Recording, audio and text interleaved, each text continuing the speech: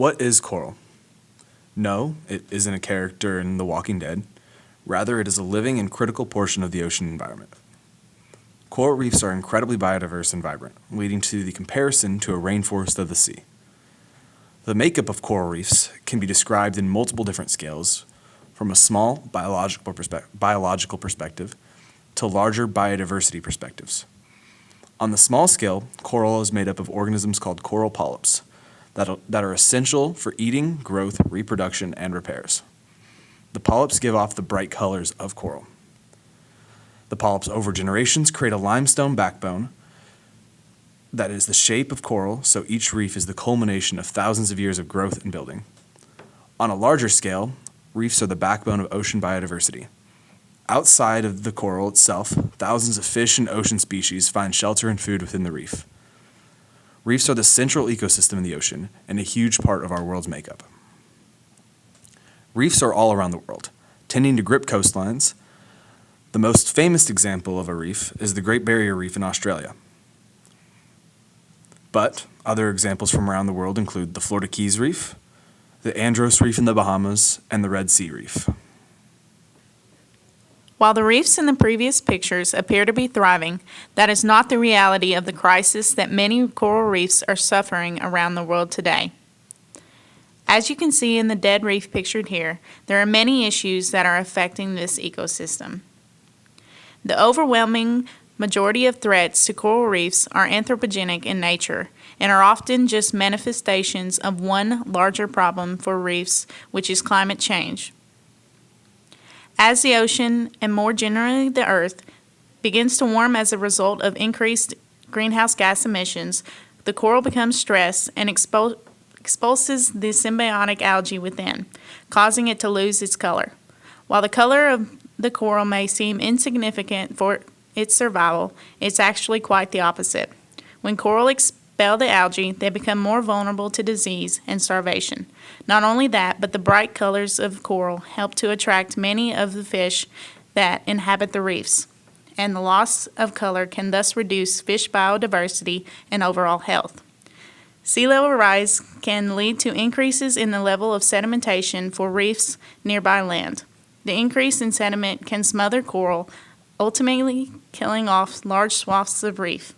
Increasing sea level can also cause reefs to be at a deeper depth than before and not be able to receive sunlight to undergo photosynthesis.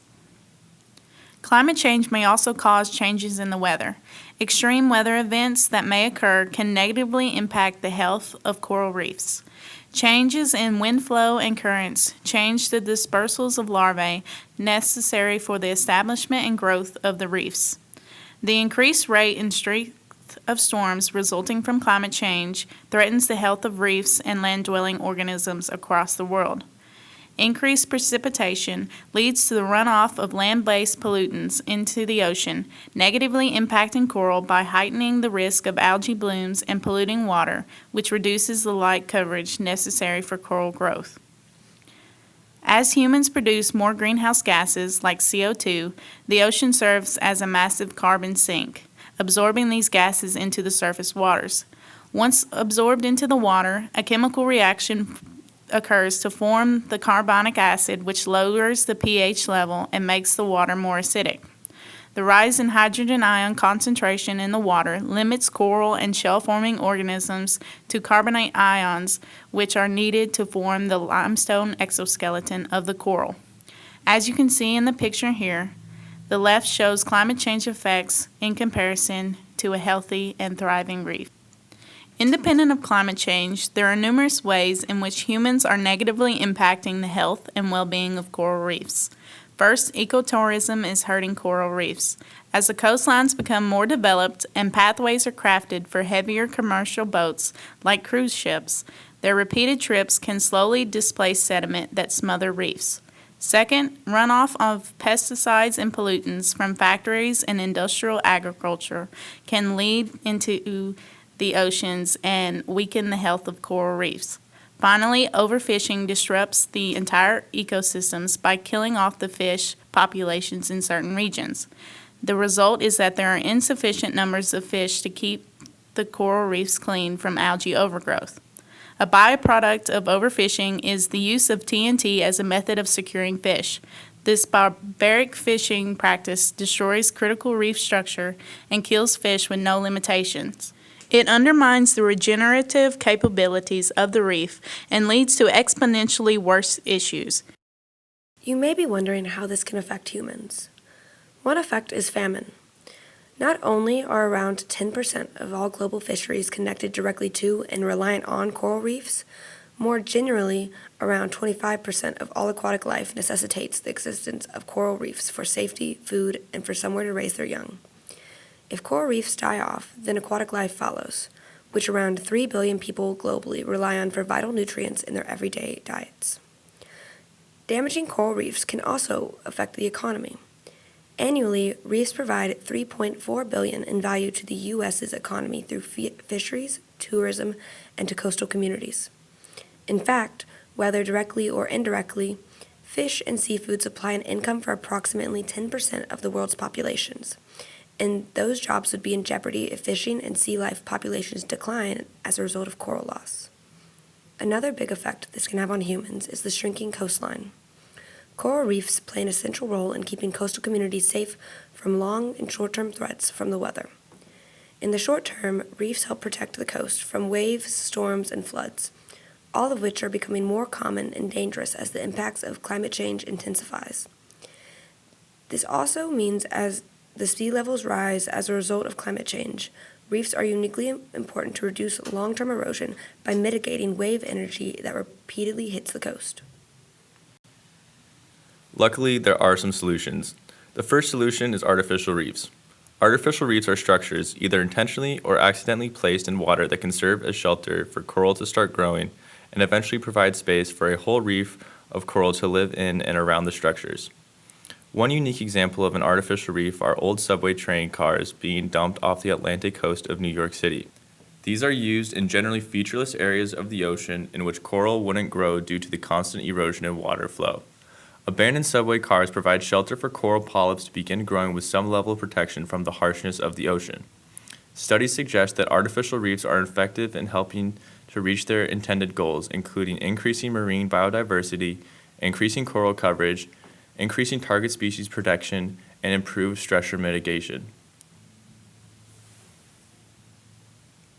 Another solution are reef or coral nurseries.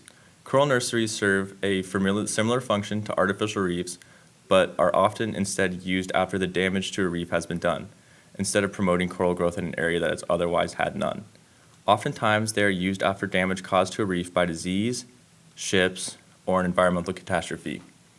Nurseries are generally off-site from the original reef, growing in a controlled environment on land or sectioned off area of ocean.